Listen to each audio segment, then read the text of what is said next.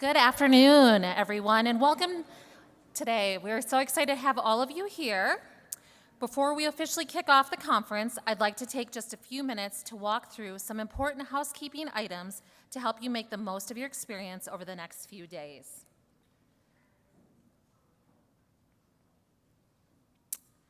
My name is Stephanie Hamilton, and I serve as the Director of Strategic Partnerships at PSC Partners. It is an honor to welcome you to the 2025 PSC Partners Conference.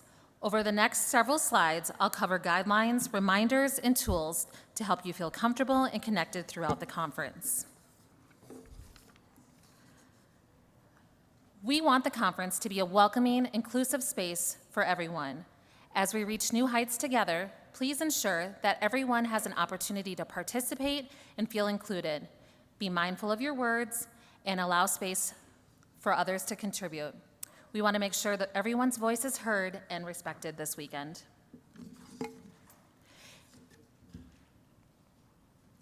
All right, here are just a few quick reminders.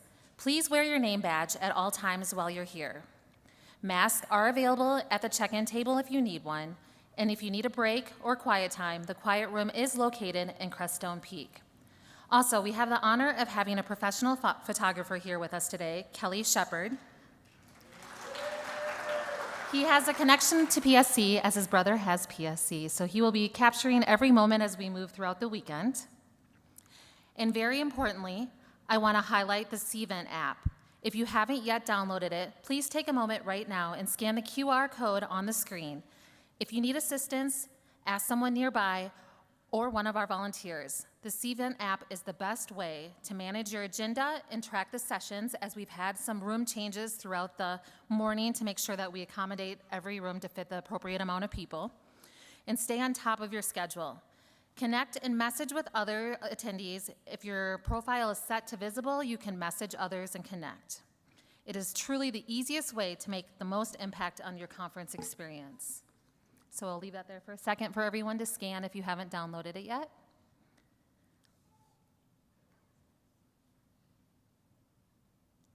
Perfect. All right, here is a quick look at today's schedule if you'd like to take a photo. We have a full and exciting day planned, so I encourage you to use the CVent app to track sessions and customize your agenda.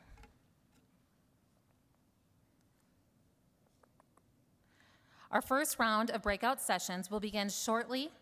You will be able to choose from several topics and join the ones that interest you the most. All sessions details including room location and times are listed in the app. Also, you can take the opportunity to take the photo of the screen currently.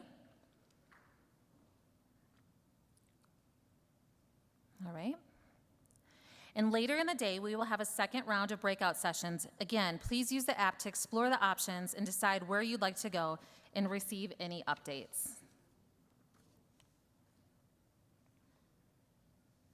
Finally, here is a quick map of our conference space. On the second floor, you'll find the check-in and volunteer desk. On the second floor, you will also have breakfast and your lunches, and general sessions in the Colorado Ballroom, which we're in currently, and breakout sessions in rooms like Maroon Peak, Torrey's Peak, and Summit Peak. Exhibitors are located in the foyer by the Peak rooms.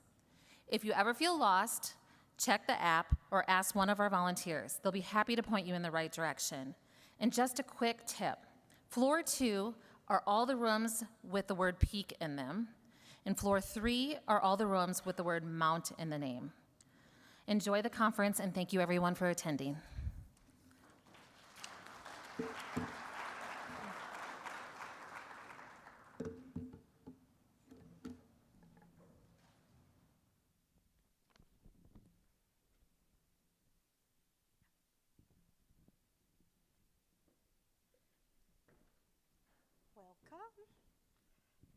Hello, everyone. Welcome to Denver, Colorado.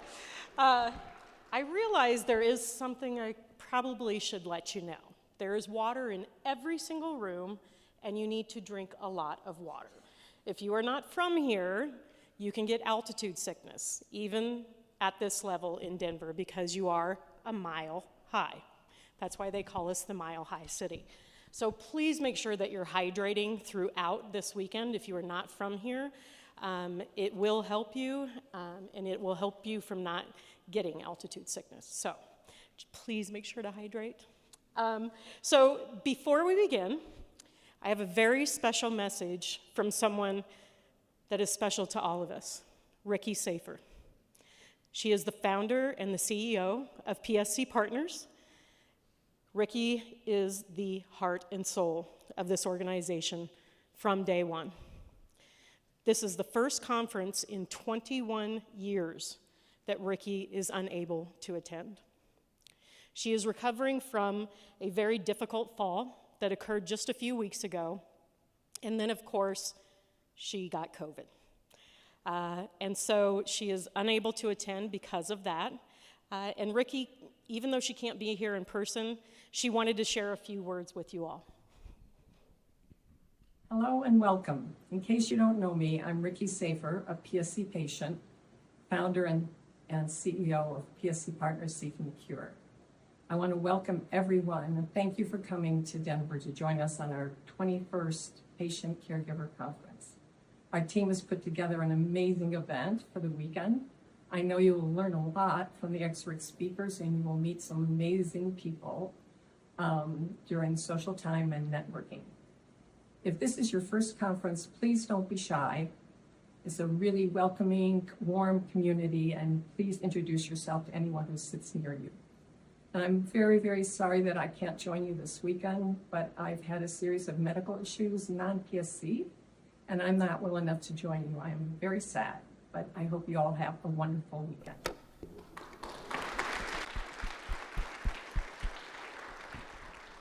Ricky will be missed. If you haven't met Ricky, come back next year to meet her. There's a thing about Ricky where you say you got Rickied, because once you meet her, you're never going to forget her. She's absolutely amazing. So thank you, Ricky, for your unwavering dedication and leadership. We're all here because of her vision, and we carry that with us throughout this entire weekend.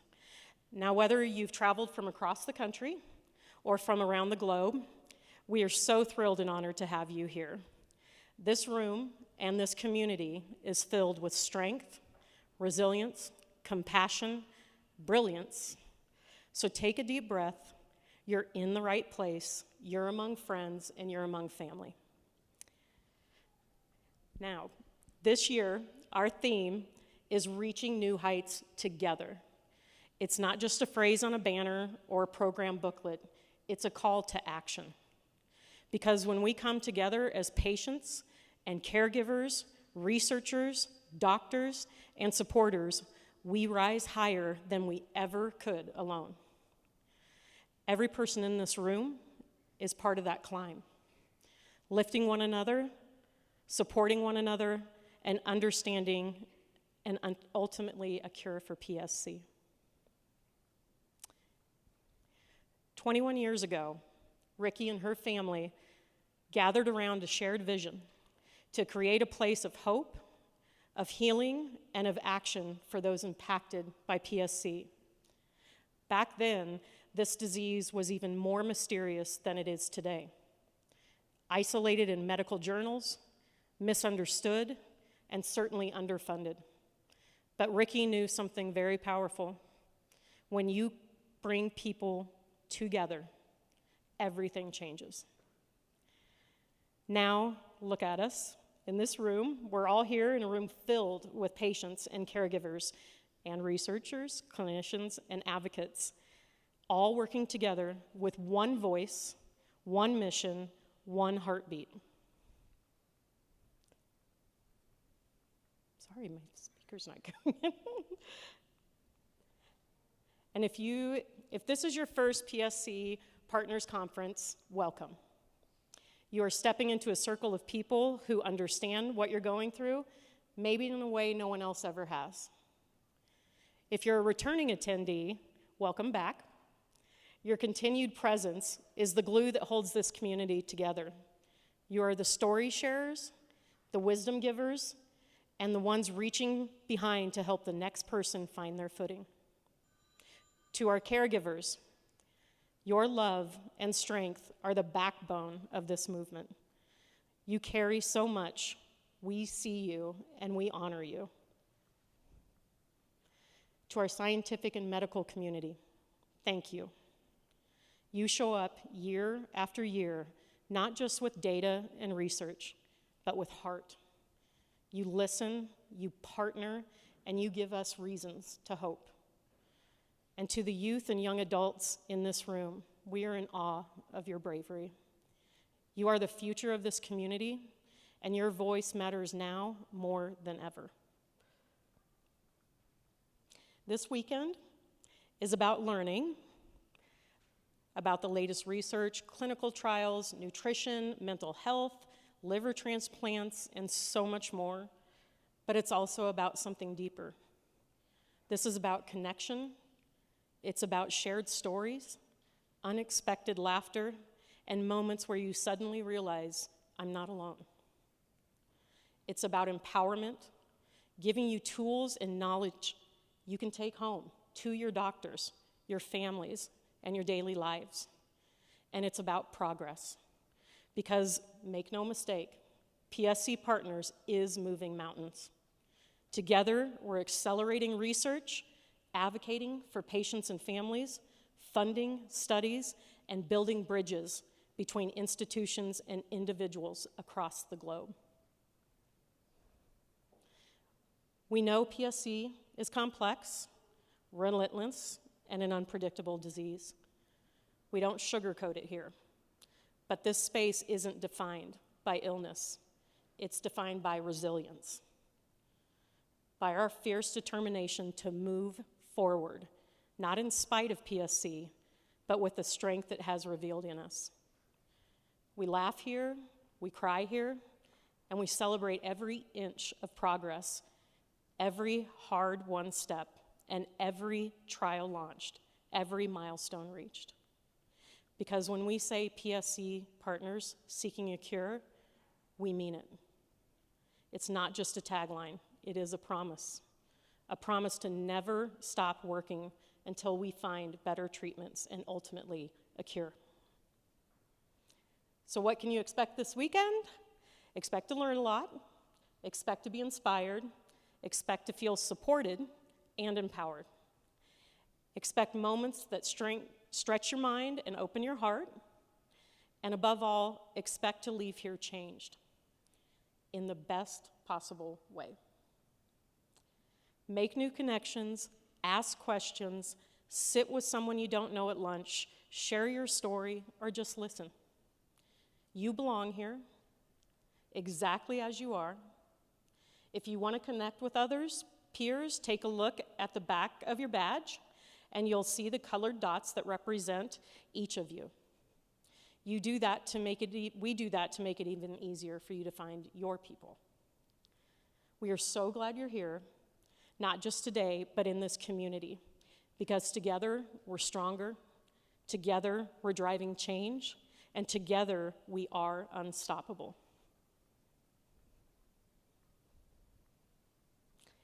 So, let's get started and make the 21st Annual PSC Partners Conference the most powerful one yet. And as I dive into the heart of the weekend, I'm excited to introduce you to the person who will be helping guide us through these next few days, my co-host, and someone who has been an invaluable partner to this mission, Dr. Gideon Hirschfield.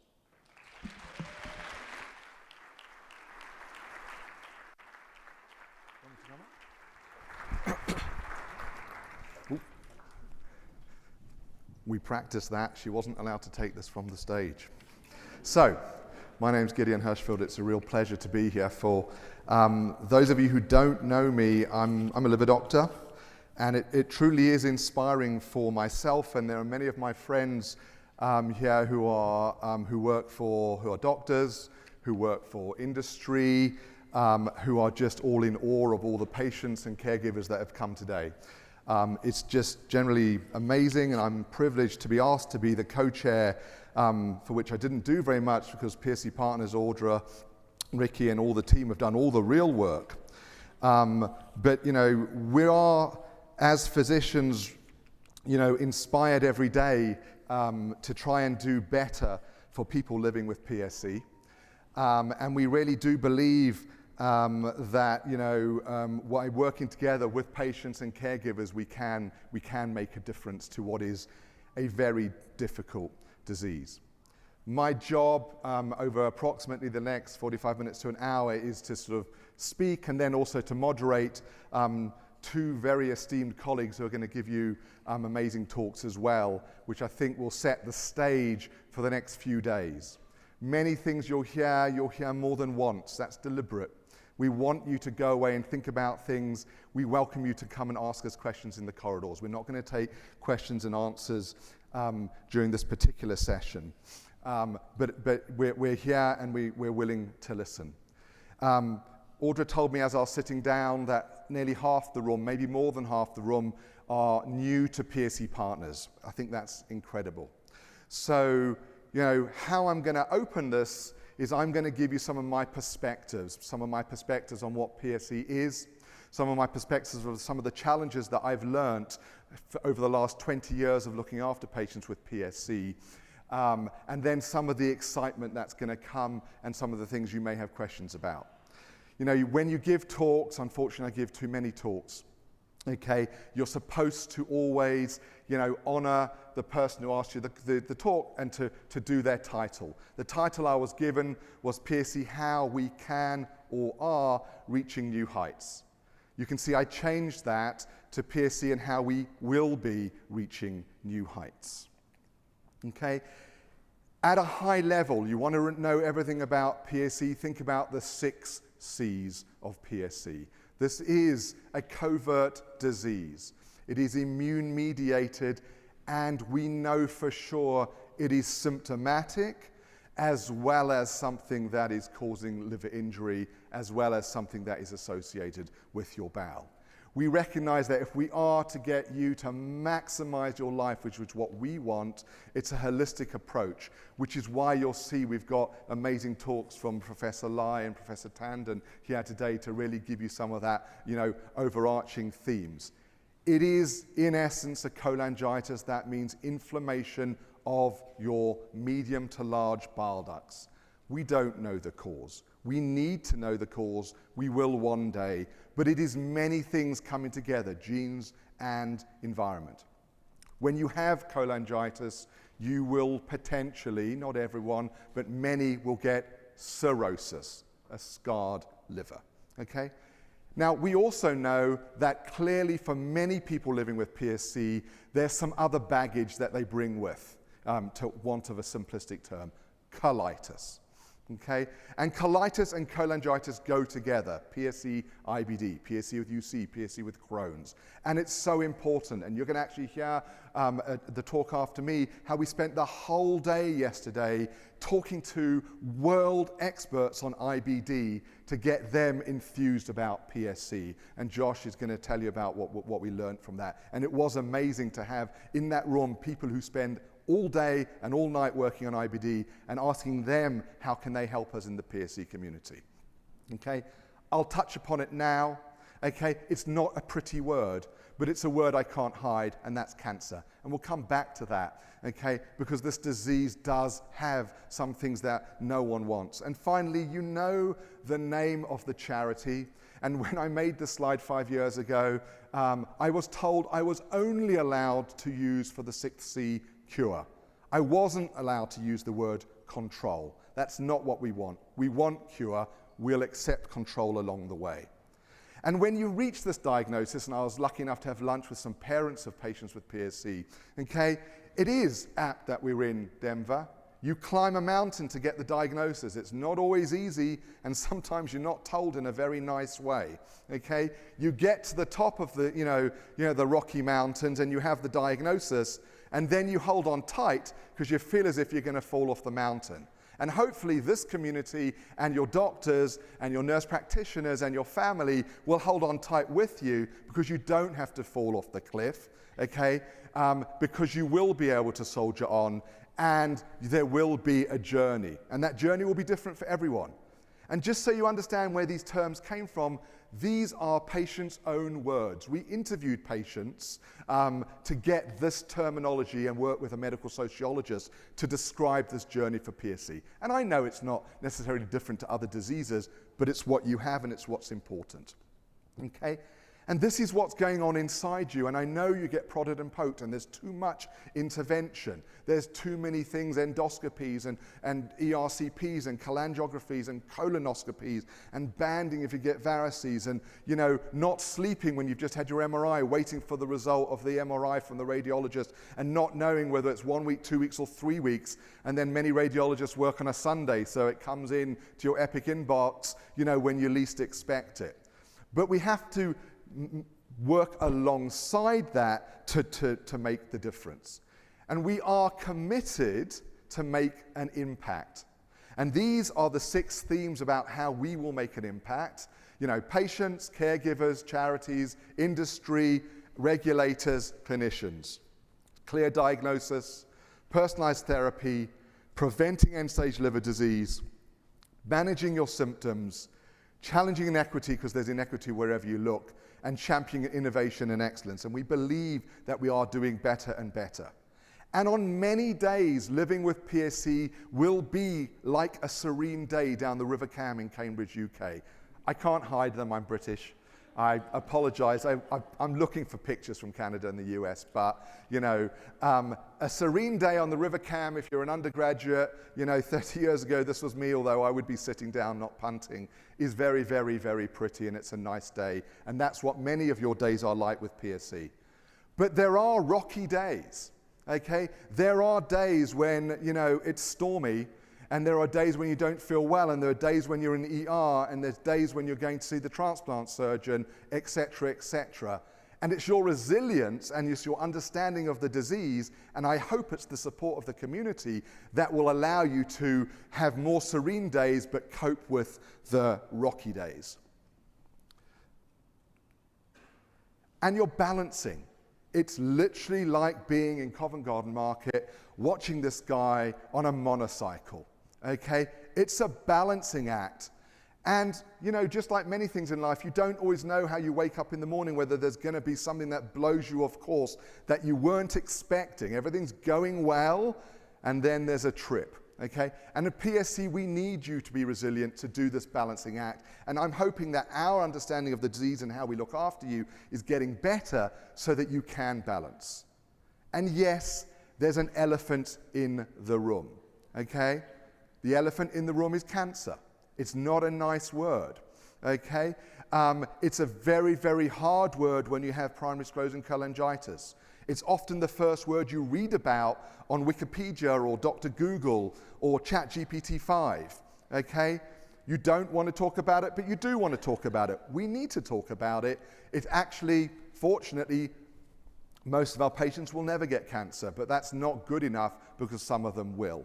Okay, and that's where the resilience and living with uncertainty comes. Because you've got your imaging, just bile duct on the side. You see your MRI scan, okay, if the technology works, there you go, that's your MRI scan. There's the gallbladder. There's this branching tree of bile ducts which are inflamed and sore and getting narrowed and obstructed and are hurting, causing scarring in your liver, okay, and causing inflammatory cells and really, really nasty inflammation. And that's the uncertainty that you live with.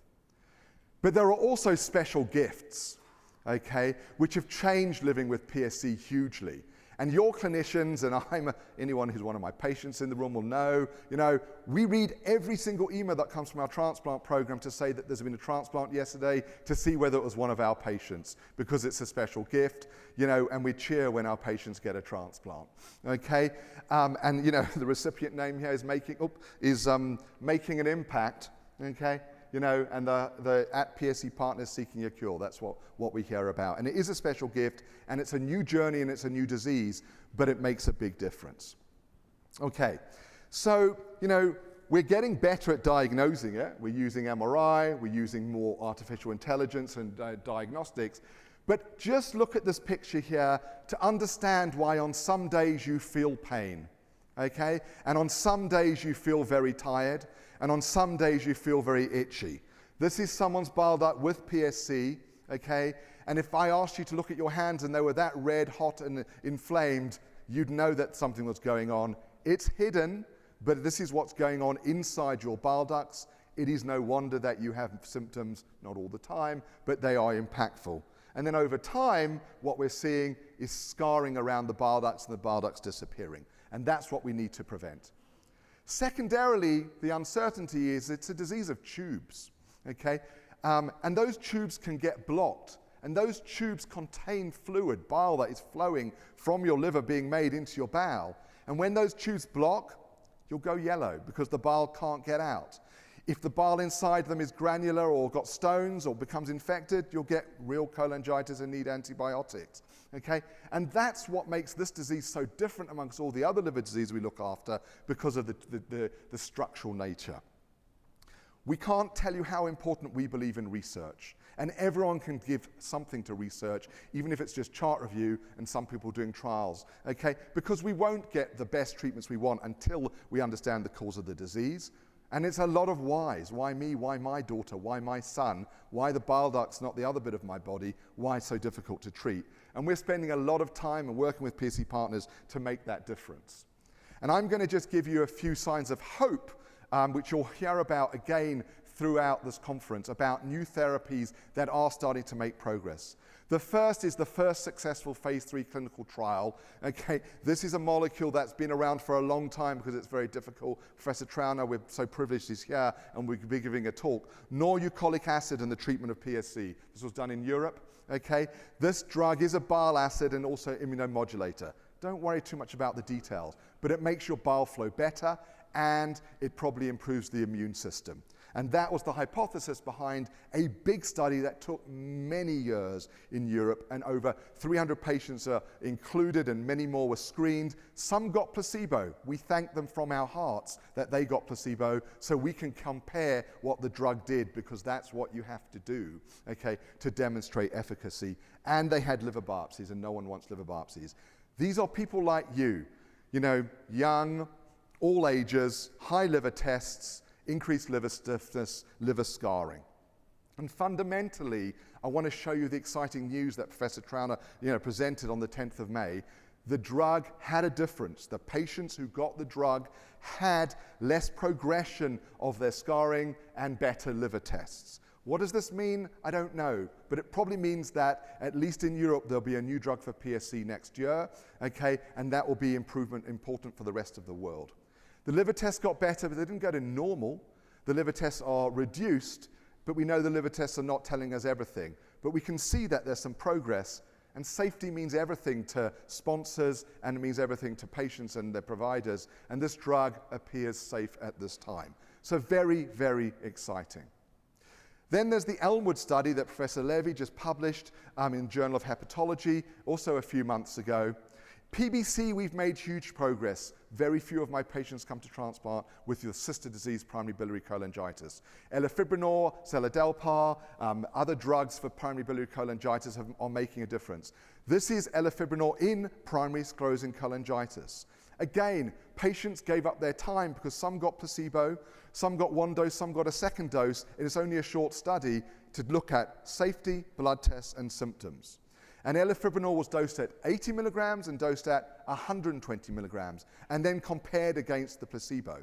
And there are a number of important messages. One was safety, one was improvement in blood tests, and at a dose of 120 milligrams, signs of improvement in pruritus. So here you have a drug that is potentially very exciting.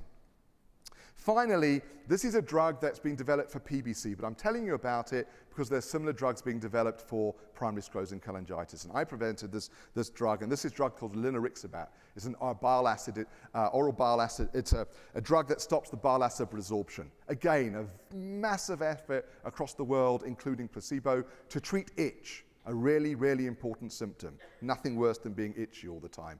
This drug works. When you give this IBAT inhibitor, the itch is better than placebo, okay? And it's a durable response.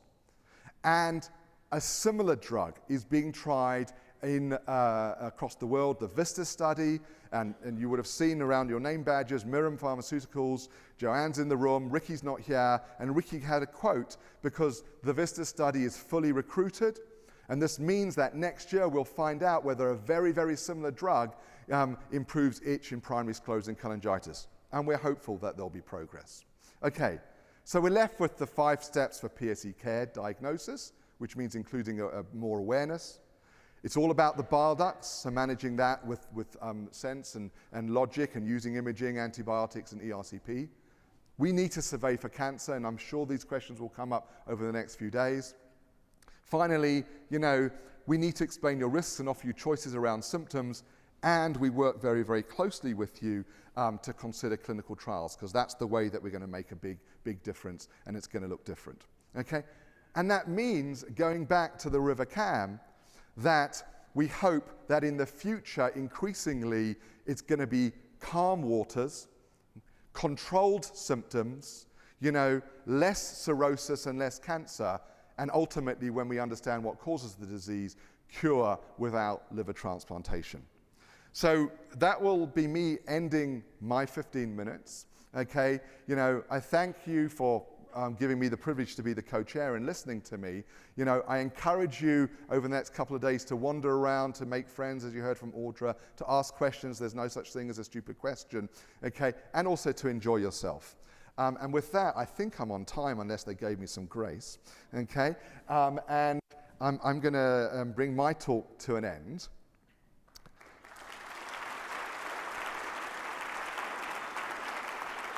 And what that means, Josh, Professor Josh Korsnick, is that you're up next, okay? It means that I'm going to ask you to stick to time. But we are very, very privileged to have Professor Korsnick with us from Boston. He is a long-standing IBD doctor. He is a physician scientist who studies IBD, and now at the Resnick Family Research Center for PSC is really focusing on PSC as well. And it's great to bring together this expertise as we try and make the journey better for PSC. And Josh is going to give us some insights around PSC IBD and some of the things we mentioned about working with our colleagues. Thank you, Josh. Good, thank you. Thank you.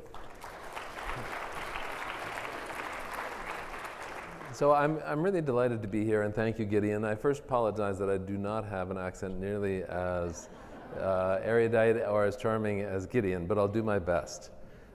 So really delighted to be here,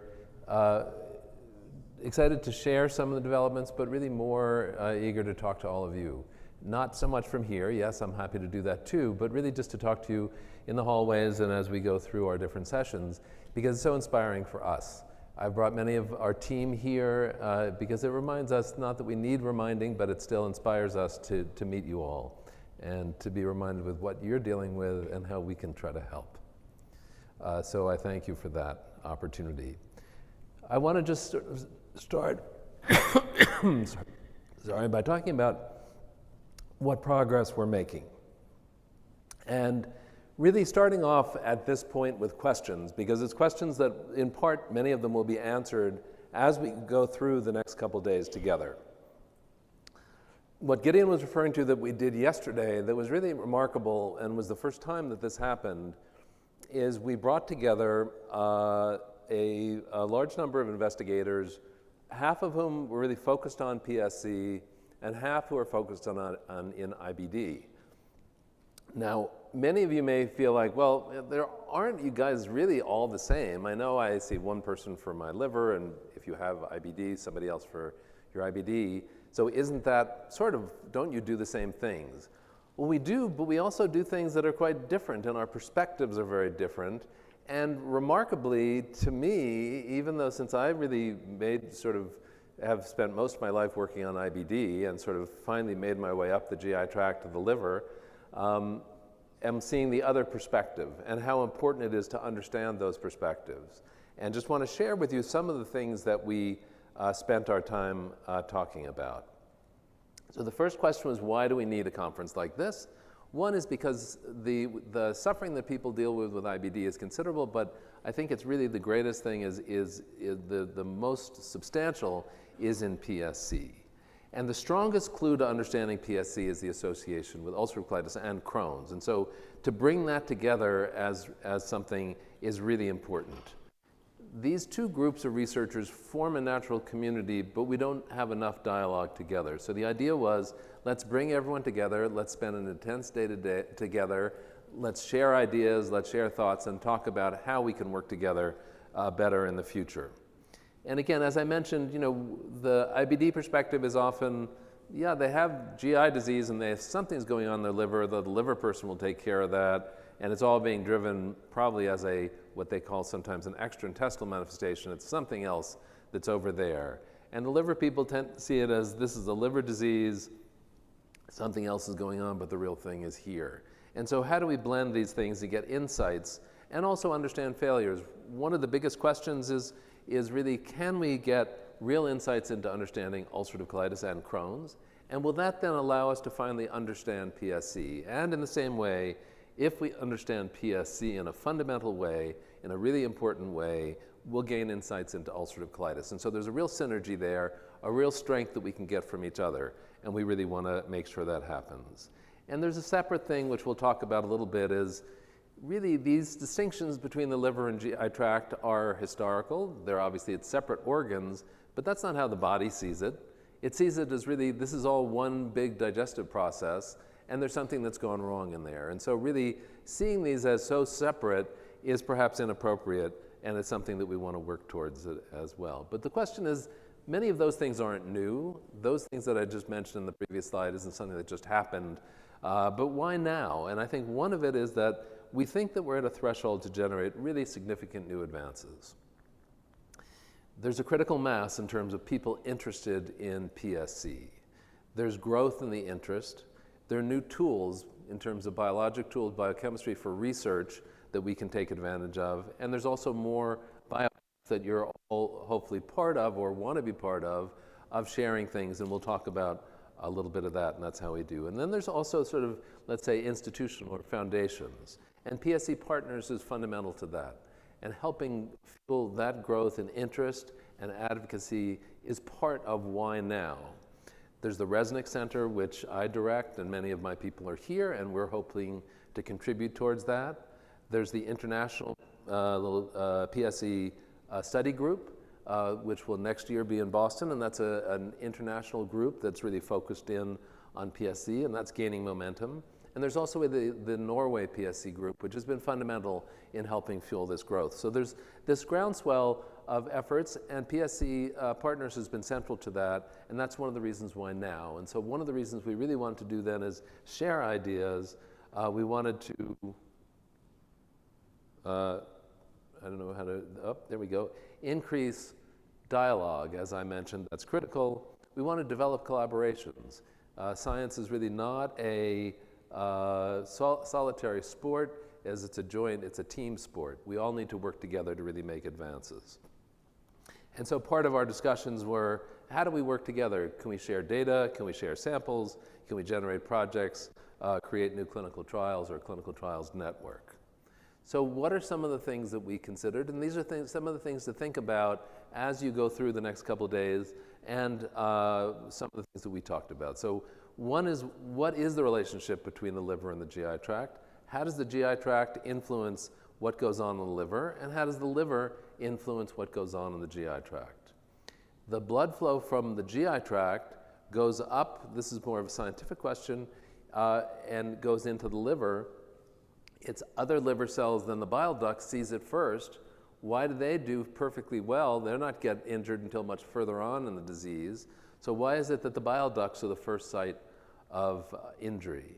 What happens that someone will have ulcerative colitis for a few years or even a decade or more, and then suddenly develops PSC? What goes on to make the body transform into a very different disease? What are the biomarkers that are needed? As you saw in some of the clinical trials that Gideon was referencing, we measure these things, as you know, alkaline phosphatase and ALT, AST.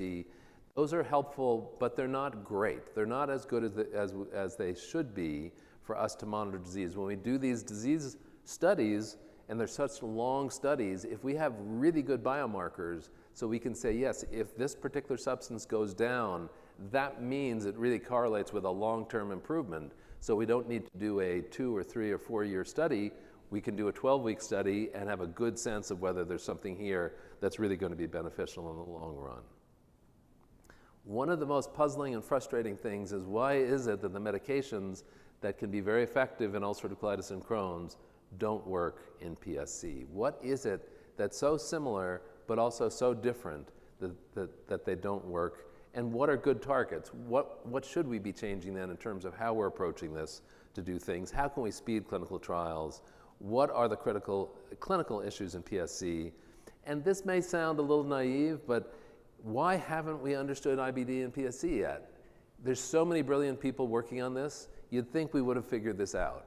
And so one of the questions is, are we looking in the wrong places? Do we need to think differently? Do we need to think even further outside the box than we've been doing so far? So what did we do in this conference? Well, we really tried to consider what is going on in the liver. It's not just bile. And what's going on in the gut. It's not just the microbiome, but we considered that and we thought through that. And this is just sort of thinking about this arbitrary distinctions. When we look up in the sky and they made these constellations, well, that's kind of arbitrary. And that's sort of what we've done. Not exactly arbitrary, but we want to see these as perhaps really understanding the interaction in a more fundamental way. There's flow from the liver into the GI tract, and there's flow from the GI tract back up to the liver. And understanding that dialogue is one of the most critical things. How does that crosstalk contribute to the disease? So what did we do in our discussions? What we did is we first had some people talk to us about state of the art. What's the current understanding of inflammatory bowel disease? What's the current understanding of primary sclerosing cholangitis? We then we had some leading epidemiologists talk about what's happened in the world. There's been 4 stages they identified of emergence, growth, and then sort of plateauing. But in other parts of the world, inflammatory bowel disease is markedly increasing. And that's going to influence then the development of PSC. So while we've seen this mostly in the industrialized world, it's really now happening in the industrializing world very rapidly, and so we're going to expect that. Is ulcerative colitis with and without PSC the same or different? And I'll talk about that in a little bit more. What is this gut-liver axis, or liver-gut axis, as some people prefer, and how do they each contribute? And what's the nature of the intestinal bacteria? And you'll hear much more about that, and I'll talk about that later on in the conference as well. And then what's the role of the immune system? We think of this as an autoimmune immunologic disease, but why is it that when we use all these immune modulators, they don't really work? And so what are the possible contributing factors that we talked about? Bile is critical, the microbiome and what the microbiome is putting out. What is the barrier function? So the intestine should keep things closely inside itself, but why do some of those things get out and get up to the liver where they shouldn't be? What are the immune components? And how does nutrition fit in? And so all of these were an important part of the conversation. How do we understand the difference of ulcerative colitis with PSC and without? We sort of talked about this, and do they sound the same? Is it like baseball bats or flying bats? Those are 2 different things. They sound the same, but are they totally different diseases?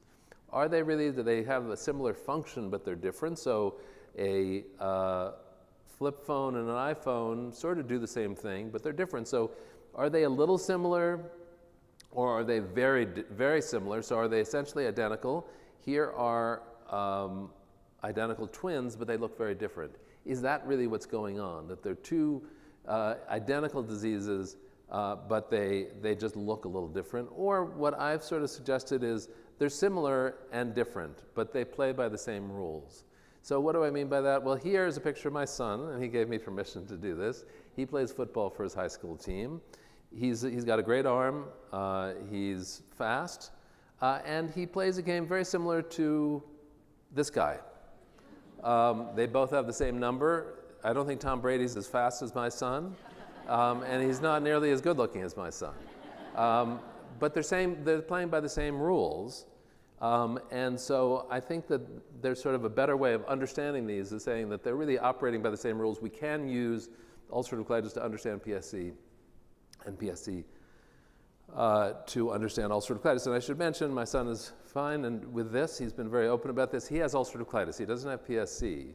My wife has ulcerative colitis. My sister-in-law has ulcerative colitis. My mother-in-law has it. And oddly enough, we actually had a cat, he passed away from something else, who had the cat equivalent of PSC. There's something called feline cholangiohepatopathy.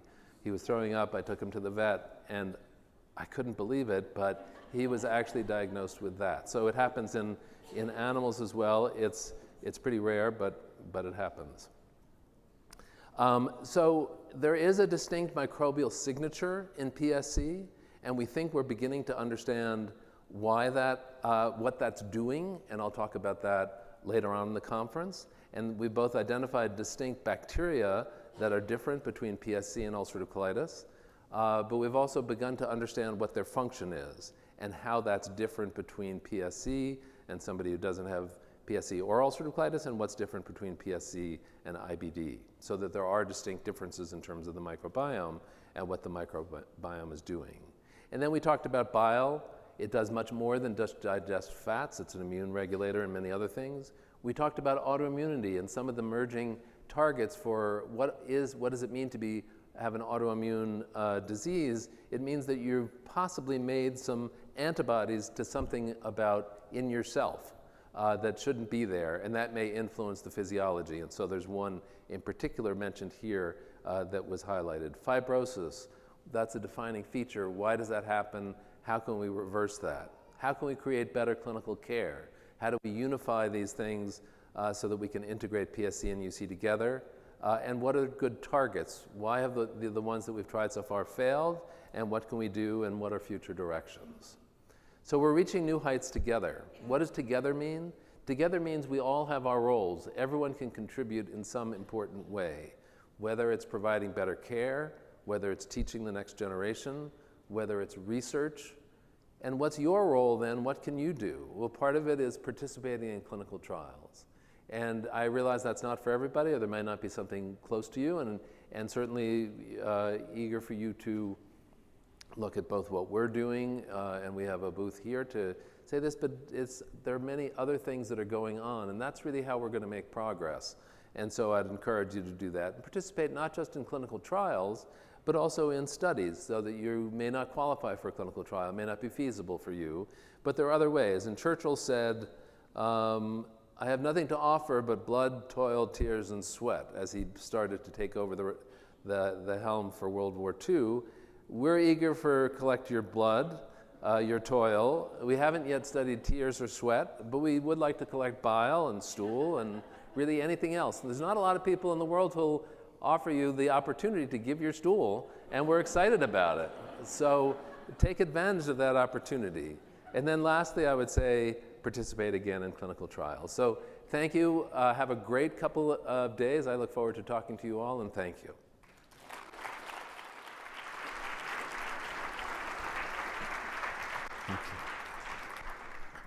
That was fantastic. Josh, I actually think you've got quite a nice accent. Yeah, I found it quite soothing, and it fits for the Harvard professor.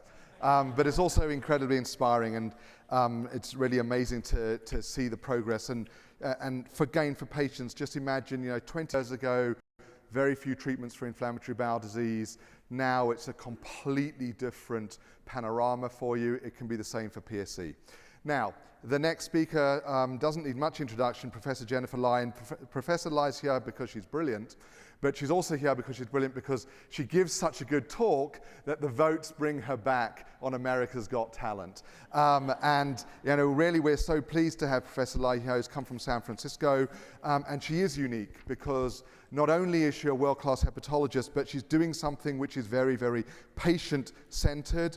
She's also a physician nutrition specialist and is offering a holistic approach to living with chronic disease. So I'm really pleased, Professor Lyon, that you're going to give us 15 minutes insight into that theme, and particularly around PSC. Thank you.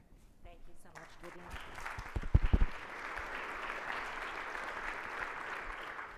Do I need to, oh, hold on, am I on?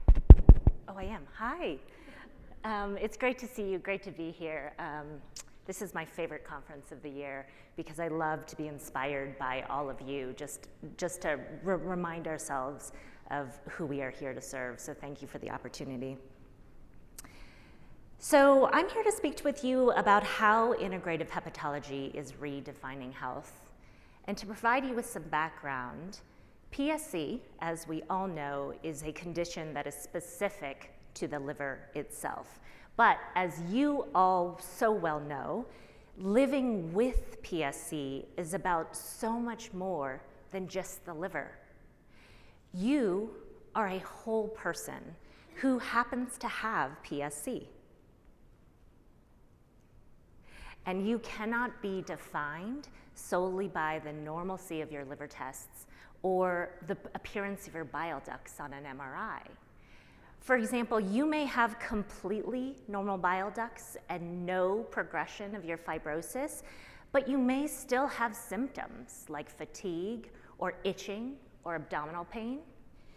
On the other hand, you may have a persistently elevated alk phos, or your doctor may say that your MRI is showing progression of the biliary stricturing on your MRI, but you can still feel well, and you deserve to have more good days with Dr. Hirschfield rowing the boat on the River Cam, and you deserve to minimize those bad days. And so with that in mind, I want to introduce you to a new concept of care called integrative hepatology to support you in this journey.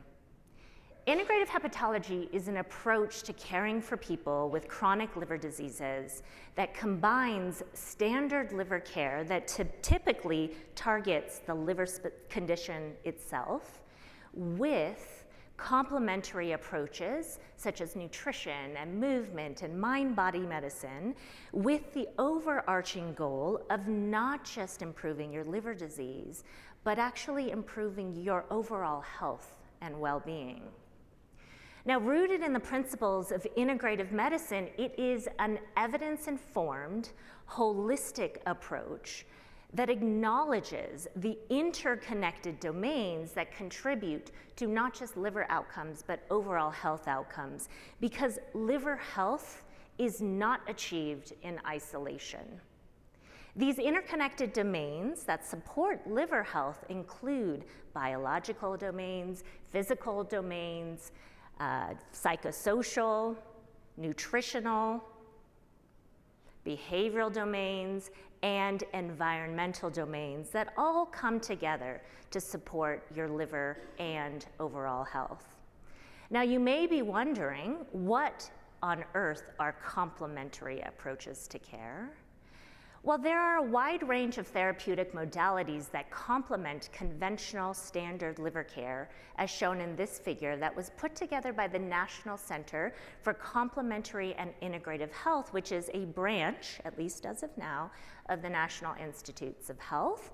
And the NCCIH classifies therapeutic complementary modalities into three broad categories. The biggest category are natural products, which includes holistic nutrition as an approach, but also includes nutraceuticals, supplements, botanicals, and things like probiotics as well.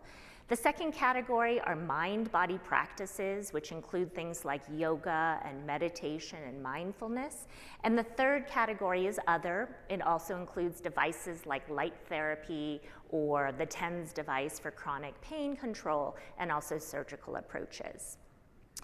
But enough of talking in the clouds. Anyone who has seen any of my talks knows I'm a very pragmatic person, so I'm gonna get out of the clouds, I'm gonna get out of frameworks, I'm gonna get out of theoretical constructs, and what I really wanna do is spend the rest of my precious time with you today really demonstrating to you the power of integrative hepatology in real life. And we're gonna be going through three practices that are fundamental to integrative health, and those are mindful breathing, mindful eating, and mindful movement. Let's start with mindful breathing. Breath is one of the few autonomic processes that we can consciously control. When we slow and steady our breath, we are sending signals to our entire system that you are safe. Breath work has been shown in a number of studies to improve health outcomes by enhancing vagal tone, increasing heart rate variability, promoting physiologic relaxation, building stress resilience, and reducing pain. One of the breathwork tools sorry, I think someone's advancing my slides for me, so just careful, thank you. One of the breathwork tools that I often teach my patients is this tool called 4-7-8 breathing. It's a technique that's been popularized by Dr. Andrew Weil, one of the leading thought leaders of integrative medicine, and if you are interested in seeing him lead a breathwork session, you can go to this QR code. But if you feel comfortable with it, I invite you to do it with me right now, today. I want you to sit comfortably in your chair, both feet on the ground and back straight. And the 4-7-8 sequence is you're gonna start actually by exhaling the air through your mouth. You're gonna inhale on a count of 4. At the top of the inhale, when your lungs are full of air, you're gonna hold it for a count of 7, and then exhale through your mouth on a count of 8, so a slow exhale. It takes a little bit of practice, and so we're gonna practice together now, okay? So, and you do have to sort of breathe in fast on a count of 4. It's not gonna be seconds, it's just a quick count of 4, and I'll count you out, okay? Exhale the air through your mouth, go in, 2, 3, 4, hold, 2, 3, 4, 5, 6, 7. Exhale through your mouth, 2, 3, 4, 5, 6, 7, 8. Good job. Some of you might have found that hard because you have to sort of time the speed of your breath in and slow the speed of your breath out. But now what we're gonna do is we're gonna do 4 breath cycles, which is the full sequence of the 4-7-8 breathing, okay? We're gonna do it together, 4 cycles, just those, the 4-7-8. How do you feel? Now, if you feel a little dizzy, I'm gonna blame it on the fact that we're at a mile high.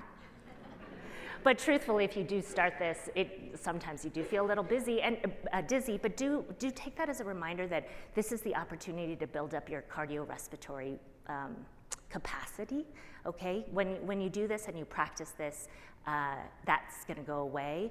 And I'm just wondering if some of you notice maybe just a little bit less tension in your muscles, or just, just your heart rate going down, or just an overall feeling of calmness and a little bit more psychological resilience. Dr. Weil recommends that we do this at least 2 times per day, not more than 4 times per day. Then you might get really, really relaxed. But after about 4 to 6 weeks of practicing this with diligence, you can actually start using this as a tool in your everyday life. If you get a little anxious before blood tests or your upcoming colonoscopy, your MRI, or waiting for your MRI results, use this. Take a moment, just 4 cycles of 4-7-8 breathing. It's not gonna be the miracle cure. No, that's not what I'm saying. It's not gonna get rid of all your anxiety. But it is a really good way just to take the edge off. It's a completely free, completely safe tool to use at your disposal. Let's move to mindful breathing. You all have 2 packets of pretzels on your table. So go ahead and open them up and reach for a pretzel, and don't eat it yet, just keep it in your hand. Several systematic reviews have demonstrated the positive benefits of mindful eating practices in terms of improvements in controlled eating, fullness awareness, diet quality, self-compassion, and reductions in hunger eating, energy intake, sweet intake, impulsive food choices, and depressive symptoms. And we're gonna go through it together in about a minute. Does everyone have their pretzel? Go ahead and just hold it in your palm. And we're just gonna use our senses to just explore this familiar food and see if there's anything unfamiliar you learn about it. Observe it. What do you notice about your pretzel? What about its shape, its color, any other components about it, its symmetry? Maybe it's asymmetry. What about that pretzel are you learning new? Something you probably don't usually do with your pretzel, but smell it. Let's smell it. What's coming out of that pretzel? A little yeasty, a little salty maybe? I don't know, you guys can, have you ever smelled a pretzel before? When I started doing this, I thought, oh my God, there's a lot here. There's a lot here to this pretzel that you don't normally associate with an odor. Is there something familiar? Is there anything surprising you can find out about your pretzel? Okay, well, we've all been waiting for. You can either put the whole pretzel in your mouth or you can break it in half if you prefer. Do not chew. Just put it in your tongue and close your mouth, and we are going to explore taste and texture together. What flavors are the first flavors that hit you? Salty, okay. And then see as it sits there, what's happening to that flavor, okay? Are you getting yeastiness? And then you might start finding in a little bit, some of you might start getting a little sugar as these salivary amylase actually breaks it down into the sugar components. What about the texture? What was that first texture that you had? And how is it evolving as it just sits in your mouth? What's new about this pretzel that you haven't explored before? Now you can chew it and you can swallow it. And we want you to do the same exploration about the taste and the texture. You know, you might need a sip of water, help it go down. But it might, you know, if it's dry, maybe you didn't chew it enough. Just give some thoughts. And then the last part about mindful eating is just reflect on that experience. What did you discover about the pretzel? A super familiar food. I'm sure there's not a single person in this audience who hasn't had a pretzel. And, you know, did you learn something new about this experience? Now, when it comes to mindful eating, you obviously can't do this with every bite. We would never get through our day or our meals. But the whole point is to just explore a food that was traditionally familiar to you and just have a new outlook on that food, a new appreciation for the food. Think about doing this practice maybe, if you want to do it, one bite a meal, or you want to do this one bite a day, or you want to do this one bite before Sunday dinner with your family. Explore this with your family. It's a really fun thing to do with your kids. I do this with my kids as well. And that's the idea behind mindful eating. It's not necessarily every single bite. It's about just appreciating the food as you go along. The last therapeutic modality I wanted to explore is movement. Now, we all know about movement intuitively, but when used as an intentional technique for improving health, it can come in two forms. The first is exercise, structured physical activity done specifically with the goal of improving fitness and strength. And its purpose really is to build muscle, increases cardiovascular fitness, and improves balance. But there's another component to movement within integrative health, and that is non-sedentary behavior. This is the idea of breaking up long periods of sitting or lying down with light movement. And studies have shown that sitting too much, defined as greater than 4 hours in one stretch or 8 hours a day, is associated with many poor health outcomes, including metabolic syndrome, depression, stroke, dementia, cancer. This is indisputable at this point by the evidence. So we're going to get moving because I think it's been at least 45 minutes since you have been sitting down. So if you feel comfortable doing this with me, I want you to pull your chair out from under the table, and we're going to do some sit to stands, which is my favorite activity, and I do this all the time. And what we're going to be doing is we're going to be doing 10 sit to stands together, kind of as fast as we can, but I'll count us out, so we're sort of pacing ourselves. If you need to use your arms to get up, that's okay, but ideally, if you can, do it without your arms, so cross your arms. And we're gonna do 10 together. Okay, here we go. 1, 2, 3, 4, 5, 6, 7, 8, 9, 10. Very good. And some smiles too with that. So in just 10 seconds, notice what you did with your body. How does it feel? First of all, I got a lot of laughs and smiles, so happy. Breath rate, what's going on with your breath rate? What's going on with your heart rate? How about, a little sweat on your brow? How about your thighs? How are those feeling? Right, that was just 10 seconds. Think what you can do with 20 seconds, 30 seconds on the hour, every hour, just to break up those periods of time. The exerkines that you release, the sort of the antioxidants that you're releasing naturally with this free 10-second exercise. And I've been talking for another 30 seconds after that, and you're still probably going, right? Your heart rate still hasn't gone back down to normal. So the effects from 10 seconds, the return on investment is huge. So I encourage you to use these tools that are at your disposal, completely free, completely accessible. You don't need any more training than what we just did in the last 10 minutes. These are here for you. And if you wanted to continue your journey through integrative hepatology, look no further than the offerings in your program over the next 2 days. There is an incredible array of modalities and speakers and programming for you to continue integrating integrative health modalities into your daily life. Just to improve your overall health. And I really thank the organizing committee for putting together this program that really embodies everything that this integrative hepatology movement is about. Because it's not just about living with PSC, it's about living well with PSC. Thank you very much.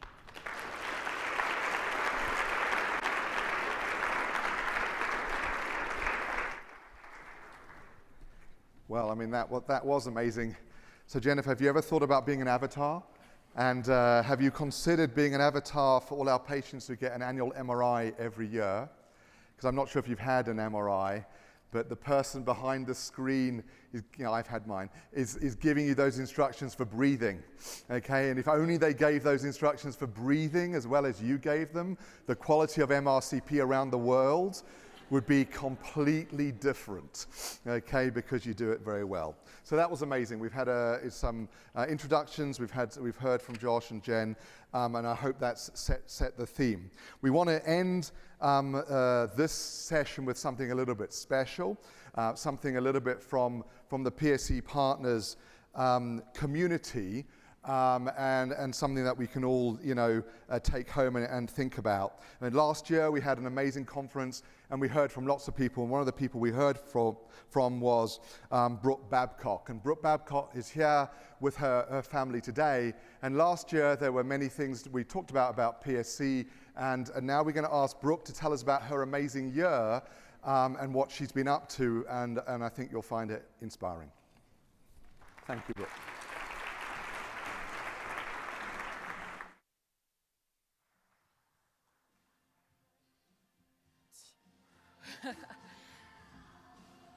Sorry, I'm nervous. My name is Brooke Babcock. This is Michelle Murphy. Say hi, Michelle. Michelle is in Rochester, Minnesota, recovering from a liver transplant that she had 16 days ago. And Michelle and I are connected because she has my liver in her. Well, okay, part of it. Okay, now I'm shaking. So many of you might remember me and maybe my daughter Addison. She's my PSCer. From the PSC conference last year, they, at the very end of the conference, kind of threw me a curveball and was like, hey, would you stand up and talk? Because you just met Michelle, and they had heard that I was possibly going to be a living liver donor, and Michelle needed a liver. So backing up a tiny bit for those of you who were not here last year, last year was my second conference. My daughter is now 19, but she was diagnosed 2 years ago at 17. It was her first conference last year. And as many of the caregivers and parents in the room of a PSCer probably feel, when you are told that your child or loved one has a disease that has no treatments and no cures, you're kind of like, that's not okay. I'm not good with that. So I did what any crazy mom would do, and I'm like, so let's get you a liver. Like, that's what you need, right? And was told, slow down, she's fine, she doesn't need a liver, but also wanted to know, I was 46 years old, and I knew that you could only donate a liver sometimes 50, 55, 60, depending on the transplant unit. And so I said, well, I want to see if I am a match for her. Like, I want to, get my ducks in a row and make sure. Little did I know you don't go through the donor process or the transplant process till you actually need the liver or you need to give the liver away. But I had started the process. I knew my blood type. I actually had made it at UC Health Denver's liver transplant to the evaluations. I had not gone for the evaluations yet. And that's when I kind of learned I wasn't supposed to be doing this until she needed a liver, who I would donate to. We are the same blood type. We are same in stature. She technically is a match to me. And but she doesn't need a liver. She didn't need a liver. She doesn't need a liver. And with PSC, we know you may never need a liver transplant. And so I was talking to my mom, who joined us at the conference last year, and my daughter, and we were talking about me possibly being a liver donor. I went to get water.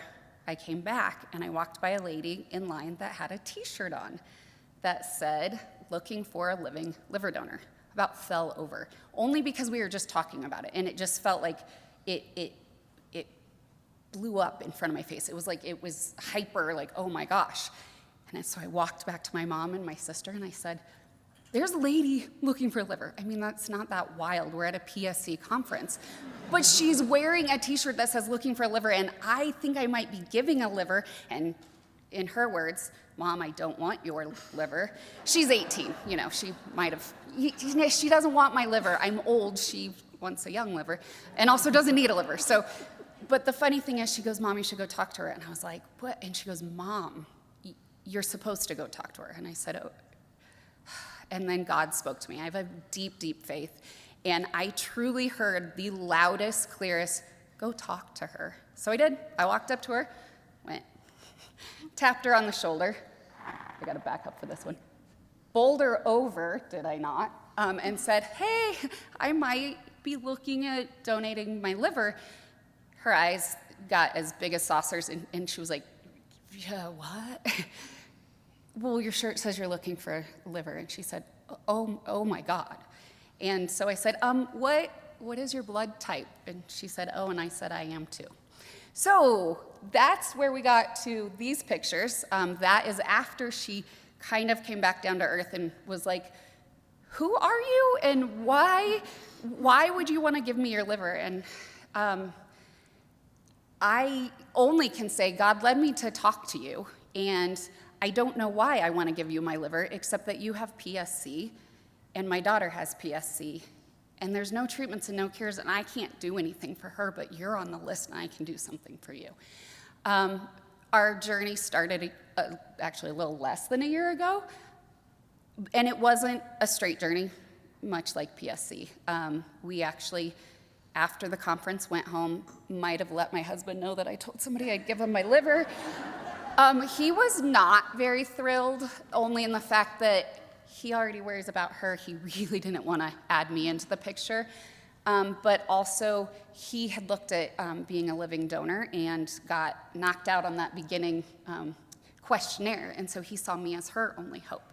So we struggled with that for about a half a second until my daughter's hepatologist, who is actually going to be here speaking this weekend, reached out because I was going through her living liver transplant center, said, "Hold on."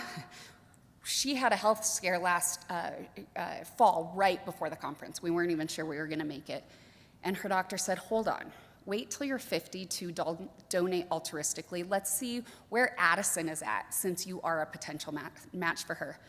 So we put the brakes on really hard, and I made a phone call I never wanted to make and said, "I'm sorry, Michelle." This still gets me, even though she already has my liver now. But I said, "I'm sorry, Michelle, I don't think this is going to work." And she said, "That's okay, I love you, and you're always going to be family." And I said, "Okay, well, heck, can't be me, so I'm going to find you a liver." And she's like, "You're crazy." And I said, "Well, I can't give you mine, and I can't." "Yeah, so whatever you post, I'll make sure I post it too." And so really from October to December, that's what we did. I reposted all her stuff. I posted anything that came out about living liver donors. And so few people, it feels like, know that you can donate a piece of your liver, and then once you've donated that piece, it regrows into a full liver in the person you're donating to, and regrows in you to 100% full liver. What organ does that? Oh, the liver does. It is wild. I learned about the liver. I looked into living donors, but it still was on my heart a lot that I was supposed to donate to Michelle. And then my daughter pulled me aside in December and said, "Mom, you're supposed to donate to Michelle, and I don't think you need to stop here. I think you need to look into this because you're supposed to donate to Michelle. And I said, Addison, and she said, God will take care of my need if you take care of her need. We need to walk by faith. She walks by faith every single day. She walks by faith very loudly. And I said, oh my gosh, it's on, I think you're right, but I'm going to pray about it. I'm supposed to donate to you. And she said, no, you're not. You're supposed to donate to Michelle. So I prayed a lot more about it. Then we said, okay, we gotta talk to him.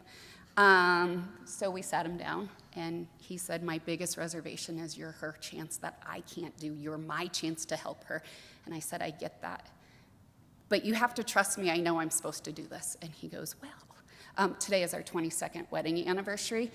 So we've been, thank you. We've been together for a little while. And he goes, okay, so I know you, and you're going to do this with or without me. And I looked at him, and I said, no, yes. Yes, I will. But I really, really want your support because also I can't do this without you because I need you to be my caregiver for 12 weeks. So the thing I failed to mention to say is today is post-op day 16. I donated my liver to Michelle Murphy 16 days ago. She is sitting at a rental home in Rochester, Minnesota, about 3 hours from her house in Madison, Wisconsin. She is successfully recovering. Sorry, try not to get. She is successfully recovering from a liver transplant that she had been on the waiting list for 2 years. Michelle, I'm sorry, I'm going to tell you. I'm going to tell you guys my age. I am 47. Michelle is 49. When I met her, after I was told very clearly, go, you're supposed to do this, you're supposed to talk to her, I found out that she is my age. She has a daughter and a son. I have a daughter and a son. She has a husband. She got diagnosed at 19. She had been on the list a year. Addison was diagnosed at 17. She's now 19. I see Addison's future in Michelle. I chose to donate to Michelle because I can't do anything for her right now besides research, besides be here, besides be her caregiver and support her. Gotta hold your hand. But I can do something for her indirectly by donating my liver to Michelle. So 18 days ago, we flew up to Rochester, and I did have to travel for this. There is a wonderful transplant facility here in Denver. There's many throughout the country, but you go where your recipient is. And she was listed at Mayo Clinic in Rochester, Minnesota. So I and my husband flew up there for what we thought would be about 13 days. And we I underwent a really cool surgery. A surgery to take 61% of my liver. I was left with 39%. That sounds wild, but my 39% was really good, the doctor said. So they wanted Michelle to have 61%, so she now has more of my liver than I do. And also she has a little of my crazy, and she was really quiet, and obviously with PSC didn't have energy. Now she has so much energy, don't you? Yeah. You have to put her close for a minute. So 16 days ago, we did this. I was really, really hoping I could be here, but wasn't sure I'd be able to. I have recovered so much faster than I expected. I walk slow, so you'll see me kind of gingerly. I don't get up and down very fast. I do have a 7-inch incision on my abdominal wall, but I'm standing here because God is so good, and PSC Partners brought 2 people together. That is nothing short of a miracle.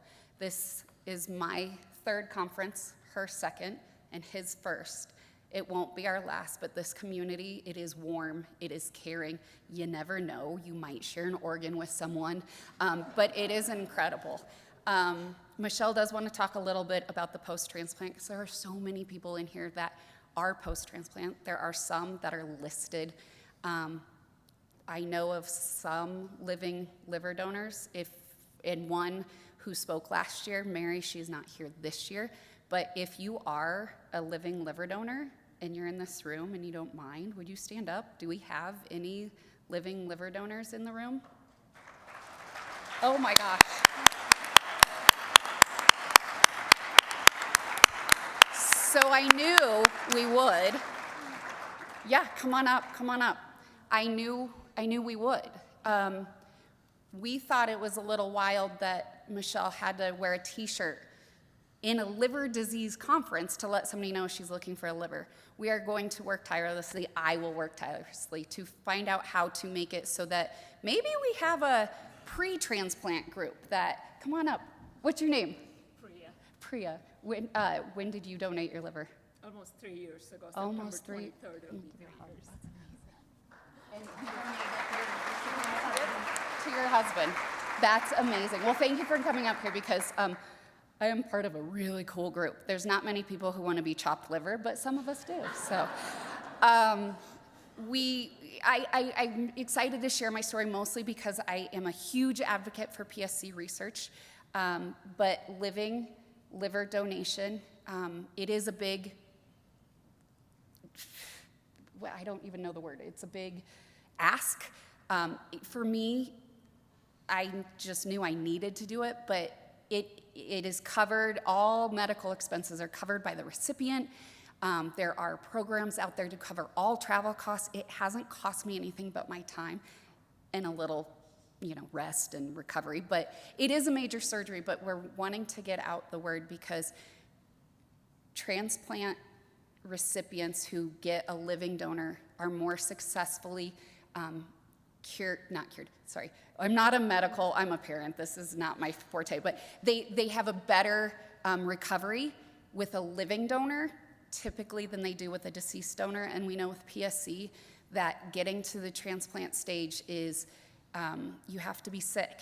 To get to the deceased donor transplant, you have to be really sick. We don't want that. We want them to, all PSCers, to be able to find the transplant, the living liver they need. But more than that, I have so much hope that maybe there's a world where there are treatments and cures for PSC where we never have to get to a transplant, because as Michelle will tell you, that is no joke. My surgery was a 7-inch incision. She has a Mercedes sign on her stomach. So I do want to let her talk real quick. So can you talk? I think I have the microphone. There you go. I think we got Hi, you. everyone. I'm so sad that I'm not there with everyone, but at the same time, I have never been happier in my whole life. Being a PSC patient for over 30 years and not really fully comprehending how sick we are because we just live this way. And for somebody to donate part of their body to give me my life back is the greatest gift that someone could ever do. And I keep telling Brooke how much I love her and how much I appreciate what she's done for me, because it not only affects me, it affects my family, and then it's going to affect the next PSCer, because I didn't have to get sick and have a MELD score of 35 to get a transplant. I got to get mine at a MELD score of 14. She saved me years of suffering. And the biggest point is, I want everyone who's there to share with people when you go home about the possibility that people can sign up to become live liver donors. Nobody really knows. And it's so important that we just keep talking about it, because the more that people talk about it, the more that people are going to learn about it and sign up to become donors for other people. And I just want to thank everybody, the PSC partners. I'm just so happy with life. And I want to share every experience I have with everyone. I love you guys so much. I hope you have the best conference. And just know I'm here rooting for you guys, and I'm healing. And I just love everybody. Thank you. So the timer is beeping big flashy zeros, so I think I'm done. But if anybody has questions, I'm super open. I would like to talk to you about it. If it's whatever your questions are, we're hoping to get some resources together about living liver donations. But just wanted to thank PSC Partners for the support they give me for my kid, but for changing Michelle's life, but changing mine through her and through this organization. So thank you.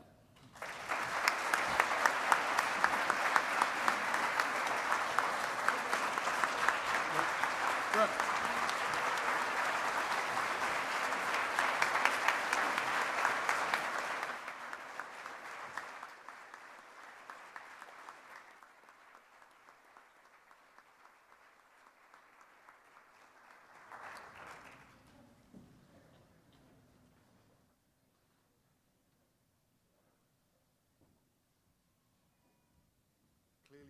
I can't follow that.